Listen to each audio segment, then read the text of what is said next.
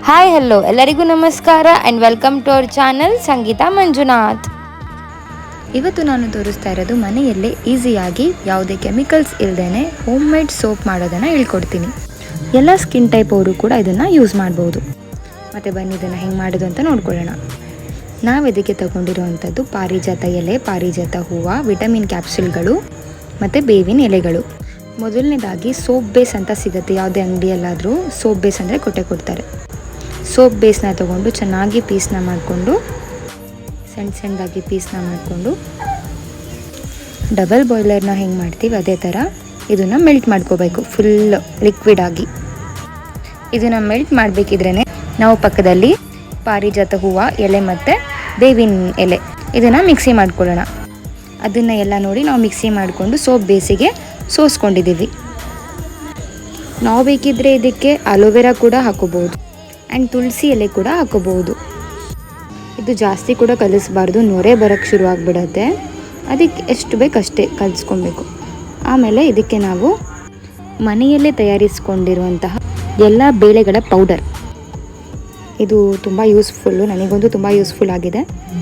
Scrub ಥರ use ಮಾಡ್ಕೋಬೋದು, face wash ಥರ ಯೂಸ್ ಮಾಡ್ಕೊಬೋದು. ಅದನ್ನು ಕೂಡ ಇದಕ್ಕೆ ಹಾಕಿದ್ದೀವಿ. ಇದು ಬೇಕಿದ್ರೆ ಇದ್ರ ಇಂಗ್ರೀಡಿಯೆಂಟ್ಸ್ ಕೂಡ ಮೆನ್ಷನ್ ಮಾಡ್ತೀವಿ.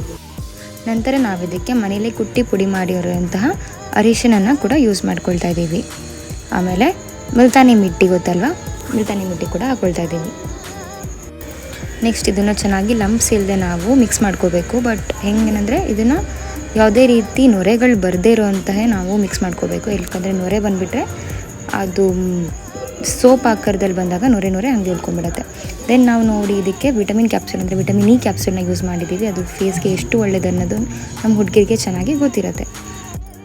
ಅದನ್ನೊಂದು 3 to 4 ಕ್ಯಾಪ್ಸೂಲ್ನ ನಾವು ಹಾಕ್ಕೊಂಡಿದ್ದೀವಿ.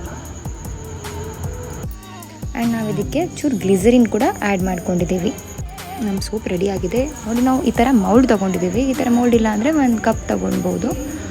ನೋಡಿ ನಮ್ಮ ಸೋಪ್, ಲಿಕ್ವಿಡ್ ಸೋಪ್ ರೆಡಿಯಾಗಿದೆ. ಇದನ್ನು ಈ ಮೌಲ್ಡಲ್ಲಿ ಹಾಕಿ ಸ್ವಲ್ಪ ತಣ್ಣಗಾಗಕ್ಕೆ ಬಿಟ್ಟು, ಇಲ್ಲಾಂದರೆ ಫ್ರಿಜ್ಜಲ್ಲಿ ಕೂಡ ಇಡ್ಬೋದು. ಫ್ರಿಜ್ಜಲ್ಲಿ ಇಟ್ಟು 1 7 to 8 hours ಬಿಟ್ಟರೆ ನೋಡಿ ಈ ಥರ ಸೋಪ್ ರೆಡಿ. ಇದರಲ್ಲಿ ನಾವು ಕಡಲೆ ಹಿಟ್ಟು ಕೂಡ ಹಾಕ್ಕೊಂಡಿರ್ತೀವಿ ಅಲ್ವಾ, ಸೊ ಸ್ಕ್ರಬ್ ಥರನೂ ನಾವು ಯೂಸ್ ಮಾಡ್ಕೋಬಹುದು. ನೋಡಿ ಯಾವುದೇ ರೀತಿ ಕೆಮಿಕಲ್ಸ್ ಇಲ್ಲದೇ ನಾವು ಮನೆಯಲ್ಲೇ ಸೋಪ್ನ ಎಷ್ಟು ಈಸಿಯಾಗಿ ತಯಾರಿಸ್ಬೋದು ಅಂತ ನೋಡ್ಕೊಂಡಿದ್ದೀವಿ ಅಲ್ವಾ. ಪಿಂಪಲ್ಸ್ ಆಗಲಿ, ಡಾರ್ಕ್ ಸ್ಪಾಟ್ಸ್ ಆಗಲಿ, ಇವಾಗಿನ ಕ್ಲೈಮೇಟ್ಗೆ ಡಲ್ನೆಸ್ ಆಗಲಿ, ರ್ಯಾಷಸ್ ಆಗಲಿ, ಎಲ್ಲ ಥರದಂಥ ಸ್ಕಿನ್ ಪ್ರಾಬ್ಲಮ್ಸ್ಗಳಿಗೆ ಇದನ್ನು ನಾವು ಯೂಸ್ ಮಾಡ್ಬೋದು. ಆ್ಯಂಡ್ ಎಲ್ಲ ಥರ ಸ್ಕಿನ್ ಟೈಪ್ಸ್ಗೆ ಕೂಡ ಇದು ಸೆಟ್ ಆಗುತ್ತೆ. ಯಾಕಂದರೆ ಮನೆಯಲ್ಲೇ ಮಾಡಿರೋದಲ್ವ, ಯಾವುದೇ ರೀತಿ ಅಲರ್ಜೀಸ್ ಕೂಡ ಆಗೋಲ್ಲ. You can go for it. ಇವಾಗ ನೀಮ್ ಬದಲು ಗರ್ಕೆನ ಯೂಸ್ ಮಾಡ್ಕೋಬೋದು, ತುಳಸಿನ ಯೂಸ್ ಮಾಡ್ಕೋಬೋದು, ಅಲೋವೆರಾನ ಯೂಸ್ ಮಾಡ್ಕೋಬೋದು. ನಾವು ನೈಸರ್ಗಿಕವಾಗಿ ಸಿಗುವಂಥ ಇಂಗ್ರೀಡಿಯೆಂಟ್ಸಿಂದ ಯೂಸ್ ಮಾಡಿರುವಂತಹ ಸೋಪ್ ಆಗಿದ್ದರಿಂದ ಇದನ್ನು ಎಷ್ಟೇ ದಿವಸ ಆದರೂ ನಾವು ಸ್ಟೋರ್ ಮಾಡ್ಕೋಬೋದು, ನಾರ್ಮಲ್ ಸೋಪ್ ಥರನೇ.